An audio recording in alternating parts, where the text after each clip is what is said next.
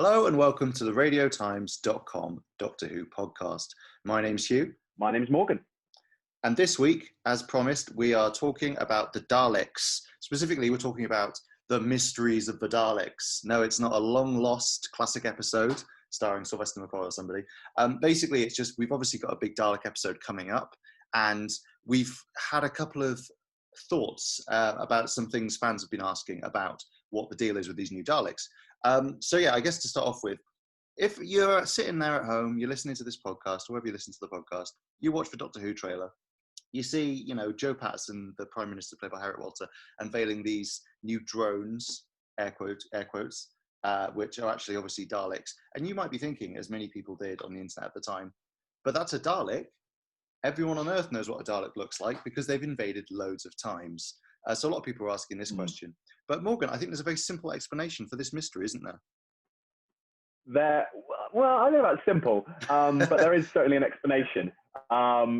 Several, in fact, because, yeah, as you pointed out, the Daleks have invaded the planet Earth more than once. The first time on screen was in the aptly titled The Dalek Invasion of Earth from 1965. But that story is set in the 22nd century, so that wouldn't have any bearing on what happens in Revolution of the Daleks.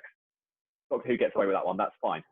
But more recently, or earlier, depending on how you look at it, we have seen multiple Dalek invasions of Earth. Some on a smaller scale, so Remembrance of the Daleks, the Sylvester McCoy story, that's an example of that, but also full-scale Dalek occupations of Earth as well. Army of Ghosts, Doomsday from 2006, an example of that, and then also 2 years later, Stolen Earth and Journey's End. So why doesn't anybody on Earth seem to remember that any of this happened? So there's a couple of suggested theories that Doctor Who itself has kind of thrown up as possible explanations.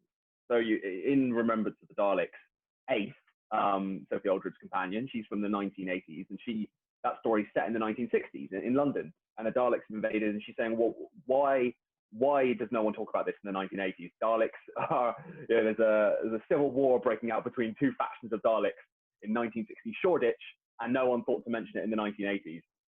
To which the Doctor throws in a few references to classic episodes to throw her off. His retort is essentially, do you remember the Zygon Gambit with the Loch Ness Monster, the Yetis in the underground? Your species has the most amazing capacity for self-deception. So the suggestion there is that we're all living in denial, that our tiny human brains just couldn't handle it. And we're, the idea that an alien race had invaded, that there was an alien civil war going on in our streets, we're just totally in denial about the whole thing, which, I don't know, maybe seems like a stretch, or at least I think it's a time, stretch. But like if the Daleks invaded today, think of the memes, Morgan. Think of the memes. But this is it. It would have been a stretch, but now, in the age of fake news, widespread mistrust in the media, except for radiotimes.com, of course, a trusted resource. But, it's not, it's still pretty far-fetched, but they could cover up a Dalek invasion, but it's not as far-fetched as it once was. People just say, nah, the Dalek invasion, it's a scam, it never happened. So that's one explanation. The second, maybe slightly more solid and rather more timey-wimey potential explanation for this is, so in Victory of the Daleks from 2010, Amy Pond, of course, Karen Gillan's character, she encounters the Daleks for the first time and doesn't remember them. And the 11th Doctor, Matt Smith, keeps saying that you should remember the Daleks. They invaded the planet. What's the deal? But as we find out, it's not so much that her memory's been wiped, it's that those events, the Battle of Canary Wharf, the Earth being, I don't know, what would you say? Oh, stolen. That is the word. The Earth was stolen, pulled across the universe. The war and the Medusa Cascade, all of that, it had been totally wiped from existence. It never happened because of the cracks in time, which was, of course, were the big story arc across Series 5 of Doctor Who. The cracks in time, they could erase events in time and space, which is very handy because for continuity issues such as this, just totally resolves them. It's a kind of easy, quick fix. But then, of course, the next question is, the cracks were sealed at the end of Series 5, and unless there's some, again, wibbly wobbly timey wimey way in which the cracks could have erased events that hadn't happened yet, but let's pretend that's not true. Let's say that the cracks are sealed, so anything that we see happen in Doctor Who after the Big Bang is still, you know, is still canon. That all absolutely still happened. What about the events of Resolution? Because that was the big thing, I think, on Twitter. People were saying, well, what about the reconnaissance Dalek? It literally blew up GCHQ. It took out the British Armed Forces like a year ago. Why is everyone now so accepting of these new defense drones, which are clearly based on a Dalek? And has everyone just forgotten this? But you had a theory, didn't you, Hugh? I've been talking for a while now. I'll stop. That maybe they haven't forgotten, and maybe in fact this is all, you know, it's all directly linked. Yes, so this is our second Dalek mystery in the Mystery of the Dalek special. Basically, yeah, one of the other things a lot of people were confused about was, you know, why are the Daleks here? You know, why didn't anyone recognise the Resolution Dalek? And the answer is that maybe they did. So Radio Times spoke to Chris Chibnall and Matt Strevens, the showrunner and executive producer of the show, and asked them about, you know, the episode and how it stands up. And they both said it's standalone, but it's also Revolution of the Daleks now is a direct sequel to Resolution. And Matt Strevens specifically said, I can't remember the exact words, but he said something like, we knew that when we, you know, sent that Dalek into the supernova at the end of Resolution, that wasn't the end of it. And he said that these new Daleks are birthed somewhat from the Resolution Dalek. So the sort of idea I had based on that was, you know, what does that mean? And you mentioned Victory of the Daleks there. And a lot of people were throwing back to this story because it seems like quite a similar story from the outside. That's obviously a story where the Daleks are pretending to work for the British government as kind of loyal robots, essentially, whereas actually they're, you know, scheming to try and get the Doctor to kind of recognise them so they can open some stuff. You know, it doesn't really matter. And then basically people will say, oh, this is clearly the same thing again. But I think maybe it's actually this time it's true that these Daleks have been made by the British government. Obviously, people remember that the Resolution Dalek was destroyed at the end of Resolution, but the casing wasn't destroyed, not entirely. The Dalek monster, which was coming out of the casing quite a lot in the episode, was thrown into a supernova, and they blew up the casing that it had made with a microwave, like a combination microwave. But they left just the outside in GCHQ, which, you know, wasn't the best move. No, and which was something I must admit I'd forgotten. I think I had an image in my head, and I'm not entirely sure why, of a Dalek, like a full Dalek spinning away into that supernova. And maybe other fans have misremembered that too. But that's not what happened. As you said, the sort of burnt out husk of the Dalek casing was left. It just left in GCHQ last we saw of it, and it was only the Dalek mutant, which by that point had sort of latched onto Ryan's dad. That's what went spiraling off into the supernova, presumably to its death. Yeah, so we know that there was a company called, I think it was called MDZX or something, which had this dart. So again, you might have to remember the story of Resolution a little bit. It's worth revisiting before this new episode. But basically, the Dalek was kind of buried and broken apart centuries before the story. And there was a company called ZX, whatever it was called, MDZX, I think, which had the Dalek's weapons, which is where it gets them from. So obviously people have been kind of studying this Dalek and, you know, what it could do before it kind of turned up. And then after Resolution, they have an idea of what the casing is supposed to look like. And you mentioned there, you know, the drones, the fact that they say these are new defense drones. Crucially, in Resolution, that's what the soldiers say it is. They say, oh, it's some drone, take it out. And I've got to give credit to some fans on Twitter who spotted that. I didn't spot it initially. And that makes me think, from the perspective of the British government, the fictional Doctor Who British government, what's happened here is they've been attacked by something which, as we've established, they can't remember because of crazy cracks in time or whatever. It's sort of almost taken out their entire, you know, their entire security mainframe, and then it's somehow destroyed and it's just left there. They're not going to be like, all right, chuck it in the bin. Let's just throw that away.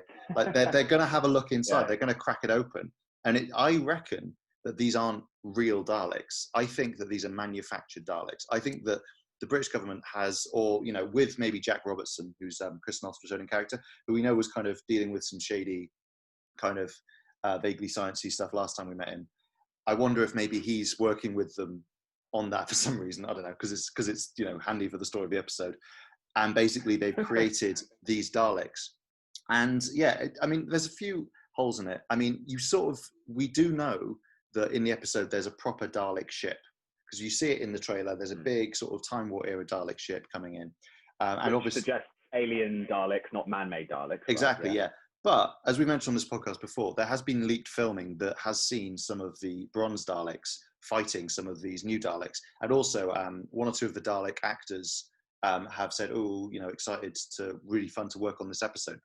Again, this is getting very granular, but the new Daleks don't have operators. They have they're moved by remote control because they're too small for people to go inside, which would suggest if the Dalek operators were on set, they would being the older Daleks. So here's my theory. The British government, attacked by this Dalek thing, don't know it's a Dalek, decide to make their own. Maybe there's a problem. They can't get it to quite work because they don't have the key ingredient, which is, this mutant inside. You see a scene in the trailer of Robertson and Leo Ragazzi, played by Nathan Stewart Jarrett, sort of looking at this kind of what looks like a Dalek mutant in a kind of blue, tank. Maybe they're trying to sort of genetically engineer something that can go inside and can pilot it, because the Dalek's a tank, right? They need a mini pilot. Again, in the trailer, you see them and the Prime Minister, Jo Patterson, assuming that's who she is, cracking open one of the new Dalek's casings exactly at the point where this mutant would be. So, you kind of, it feels like maybe that's what they're looking at, and they're maybe telling her, we need something. And then I think what maybe happens is, I'm not quite sure how, is these Daleks obviously go rogue because we've seen them flying around being red, shooting at people. And I wonder if this is connected to the real Daleks coming back, outraged to essentially protect their copyright. Because, the Daleks famously dislike inferior versions of Daleks, most of all. In Victory of the Daleks, which we return to a lot, the new Paradigm Daleks instantly destroyed the bronze ones because they said they were rubbish, basically, and they weren't pure Dalek. So I can imagine if someone tried to make... The irony. The pure irony. I can imagine that maybe they'd come back. Maybe the older bronze Daleks come back just to destroy the new Daleks and just be like, no, we're the BD on C, big Daleks on campus. Or maybe they are able to take over these little Daleks. Or maybe there's something more complicated. We see some scenes of what looks like the fam in a big warehouse full of green tanks with Dalek mutants in, one of which we see jump off and jump on Yaz. Maybe those are the real Daleks that are somehow coming to occupy these other shells. Again, possibly I'm just completely wrong about all of this, and it is just the Daleks undercover or a new Dalek. It's just because we know that the Dalek is so different, and there's not really an explanation for why it's so different. And Chris Chibnall has said it's a plot point that it looks different and that it looks like the reconnaissance Dalek, which was a Dalek that built itself from scratch, so not based on what it used to look like, because we've seen in pictures the reconnaissance Dalek looked like one of the bronze ones. So it follows that because the new ones look like the reconnaissance Dalek, they have to be based on that specific rusty, broken Dalek rather than Daleks in general. Yeah. Does that make sense? I think so. I think I followed you. We'll have to. Could someone read back the transcript? but it's interesting as well, because Chris Chibnall has said that, that even though we're getting these new look Daleks in Revolution of the Daleks, the old school Daleks, the bronze Daleks, which are very popular, they're not gone for good. Now that could just be interpreted as meaning, well, no Dalek design is wiped from history, and even when the bronze ones were kind of the preeminent Daleks, we see in certain stories like is it Asylum of the Daleks, where you see all the old Dalek models.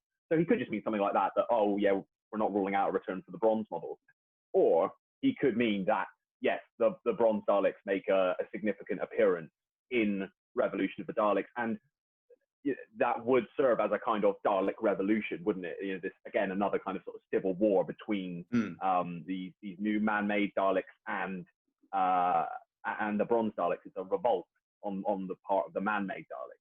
It's also a fun way of kind of, because we've talked before about how the title of Revolution of the Daleks kind of calls back to things like Revelation of the Daleks and all those kind of RE of the Daleks titles that there were, which were almost always episodes dealing with a specific civil war between two factions of Daleks.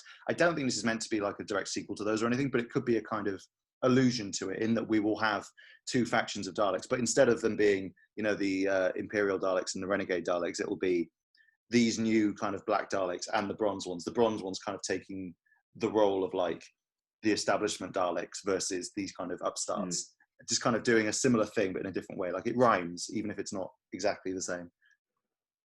Well, and with that title as well, Revolution of the Daleks, obviously it's a play on Resolution as well, which we've now established. It's a direct sequel to that episode.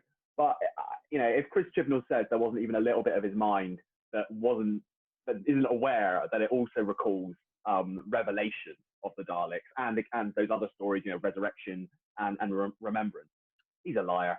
because that might not be the chief inspiration, but like he's enough of a Doctor Who fan, enough of a Doctor Who geek to be aware of those associations, I think. So it may not have been the driving force, but I think he's aware that it fits the pattern. Definitely, yeah. I think he'd be aware of it, and if he didn't want that association made at all, he wouldn't have chosen that title. Do you know what I mean? Like he could have picked a different title, like Dalek Battlefield Earth 2. Yeah, if he didn't want us to overanalyze all of this, he should have picked a different title. Although a different career, probably a different job. yeah, exactly. If you don't want us to overanalyze your work, just don't become the showrunner of Doctor Who. It's part and parcel. I will say as well, actually, during that conversation, when you said the cracks in time, will they affect things in the future as well? They affect things in all time, Morgan. They affect things that haven't happened yet. It's across time. He went forward in time, went back in time. Well, this is it, which is perfect, which means that even though the cracks are now sealed, the fact that they ever existed allows Doctor Who to erase any continuity errors for time immemorial. Like forever, any continuity issues or clashes, you can just be, that last thing that clashes with this new thing didn't happen because the cracks existed at some point in time, or at all points in time. Incredibly confusing. Really confusing. Another thing that's slightly blown my mind, speaking of the current sort of era of Doctor Who, is I saw someone on Twitter basically pointing out that, I mean, it's true of every modern companion, pretty much, but especially Ryan, Yaz, and Graham, they all lived through the first Dalek invasion. They just don't remember it. And isn't that weird to think about? Because they were alive in 2008. But this is it. Did they, though? Because again, at some point, a version of them, like the Ryan, Yaz, and Graham that existed in 2008 when they were kids and he was like being a bus driver somewhere, they experienced it. Graham probably said something like, "Oh God, it's a bloody Dalek," and we'll never know. And no, that's true. Like a version of them may well have lived through that, although they may not have lived through it. So, given that those events have been erased from existence, who's to say that if there was a full-scale Dalek invasion, would Graham, and especially a Graham who had never met the Doctor and hadn't had those experiences, sort of bus driver Graham, would he have survived? I don't know, much as I love him. So it's interesting that those all three of the fam may well have been exterminated, but when the cracks in time erased those invasions, they were miraculously brought back to life. So there you go. It's another way the Doctor saved them without even knowing, assuming that happened and is indeed true. Assuming that it happened, but now didn't happen, yeah. Yeah, exactly.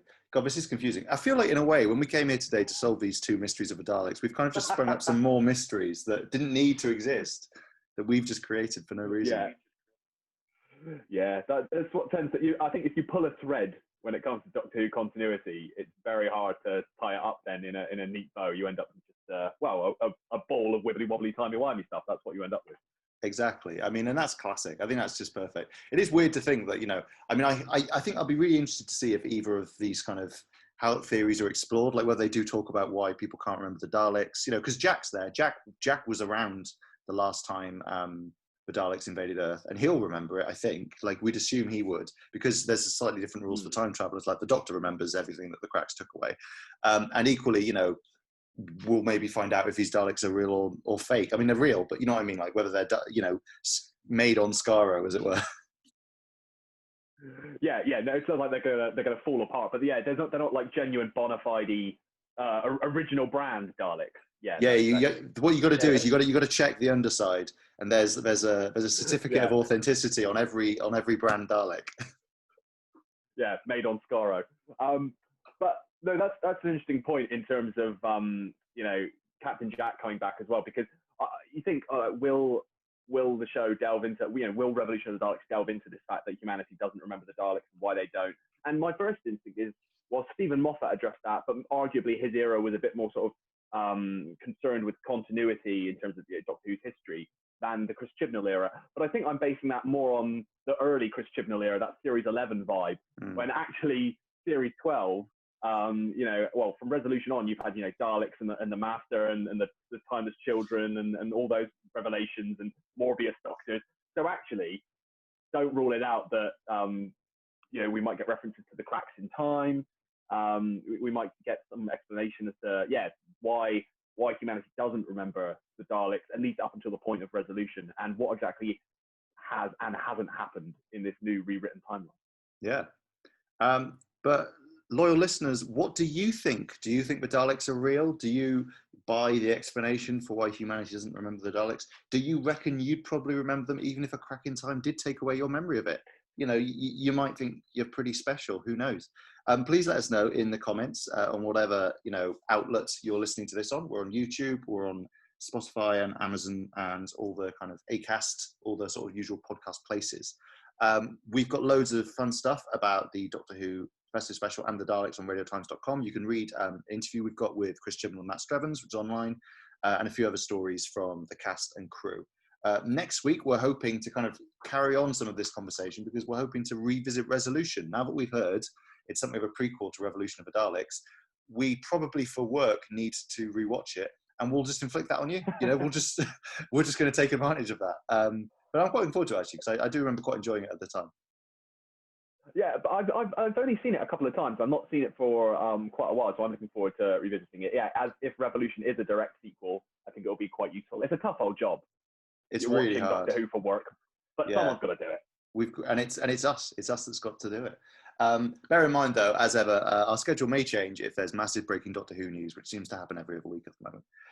Until then, I've been Hugh. I've been Morgan. And we've been chatting nonsense about Daleks for far too long. Goodbye.